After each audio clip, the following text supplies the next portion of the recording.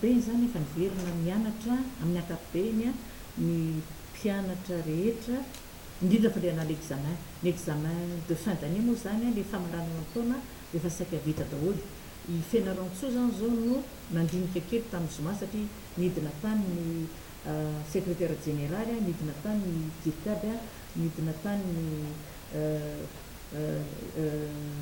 l'EBN CGP zany coordonnateur général de projet mifandamina tamin'ireo hoe inona no tena olana, inona no tena zavatra manahirana. Ny azo moa dia hoe le tombotsoan'ny mpampianatra mba angatahana dia hoe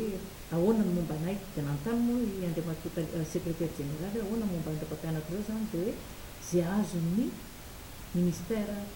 ny fampianarana ankapobeny maine zany chapitre 81 dia ho azon'ny chapitre 83 dia nangataka ihany koa zareo ahoana mikasika ny recrutement dia niteny tamin'izareo hoe ny recrutement zay rehetra nalefako tamin'ny palodieny secrétaire général zany sy ny dirikady ary ny coordonnateur général projet raha ny momba ny recrutement zay tonga eto amintsika zay azotsika amin'ity efa nangataka manko zay amin'ny budget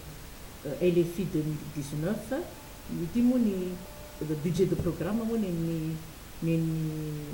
loi de finance zany dia hoe efa nametraka zay nangataka mihitsy zany zay teti-bola mandritra ny 3 taona hoe reto no angatahanay. Ny valiny avy any moa zany tsy fantatra hoe inona exactement ve no omeny fa nangataka zay mba avereno reto tsy hoe avereno meo anay reto poste budgétaire reto mba ahafahanay tsinjara tsikelikely an'ilay ampidirana tsikelikely mpampianatra. Ny anay manko tsy mba mitovy amin'ny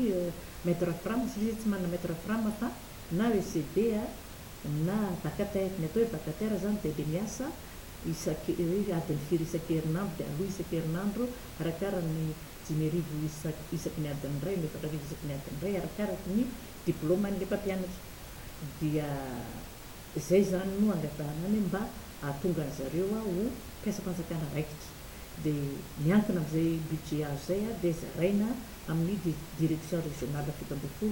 dia io ifandraisana tamin'ny zareo hoe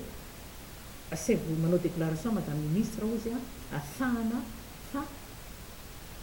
Fianarantsoa ndresaka hoe ahafahana mahita an'izay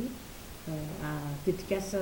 hoe firmarina ny poste budgétaire ka miankina amin'ny ho avoakan'ny conférence budgétaire zay nataony tamin'ny lakamisy teo dia efa miakatra any amin'ny ministre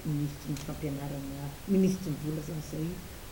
tetikasa zay zay budget LFI 2019 na izany zany ary nefany budget de programme dia zay vola zay tety isan'ny poste budgétaire dia zaraina mandritra ny 3 taona ahafahana mandray amin'ireo satria eo amin'ny 700,000 eo ho 500,000 ny na ECD na na vacataire karaha mahazo 500 zay